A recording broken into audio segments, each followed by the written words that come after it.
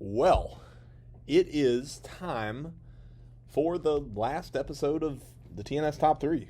Guys, I've spent the past 2 months picking out my top 3 exercises for each muscle group in regards to muscle gain, aka hypertrophy. I think this is the last muscle group. I mean, we've done legs, we've done arms, we've done back, we've done shoulders, pretty much everything. The last one today on the last TNS Top 3 is chest.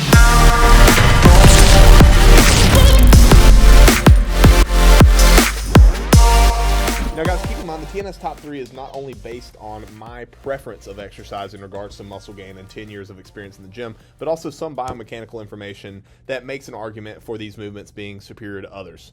So guys, let's start out with how the chest muscle is activated and contracted, right? So the chest muscles are mainly the pectoralis major. That is the one that is the entire chest muscle. There's no upper chest muscle. There's no lower chest muscle. It's all pec major.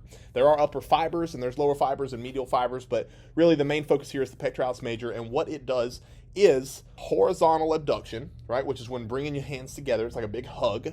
And also scapular protraction is fairly much involved as well. So that is protracting the shoulder blades forward, right? So that's why when we press, we're getting a strong activation there. My number one exercise for chest is, believe it or not, the incline barbell bench press. Most people are going to pick the flat barbell bench press. However, with my history of muscle tears and injury there, the flat bench tends to aggravate my pectoralis major tendon after having it teared it without surgical repair. I do find that the incline bench press, barbell-wise, is safer on the shoulders and also allows for more possible scapular elevation, which activates the pectoralis minor under the pec major. So more total chest development, also safer on my shoulders there. So keep in mind, guys, the barbell bench press is going to be a lot better in the aspect of being a compound movement, meaning it activates multiple muscle groups other than just the chest, like the triceps, the anterior delts, etc. The second movement is going to be the flat dumbbell bench press. In most cases, you're going to hear me say the decline dumbbell bench press is the most superior muscle or movement for muscle growth because of the increased range of motion and also the allotment for both horizontal abduction and scapular protraction or depression, whichever one you want to call it, activating the entire pec. But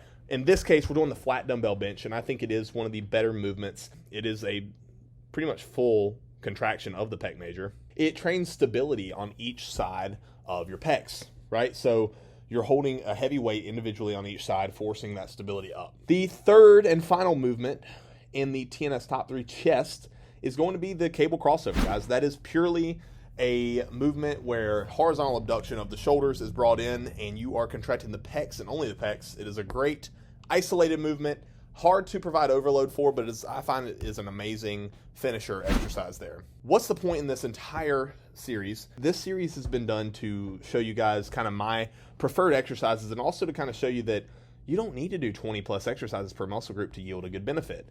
You know, more often than not, finding the right 1, 2, or 3 exercises that you jive with and you feel that work the best for you are the best options. In the next series, we're going to be going over how to structure your progression and how to get better within these said movements, right? It comes down to more than just picking the exercise in the rep range. It comes down to the way in which you're providing progressive overload. So guys, thank you again for tuning in. I've really enjoyed making this series and I look forward to seeing you all coming soon.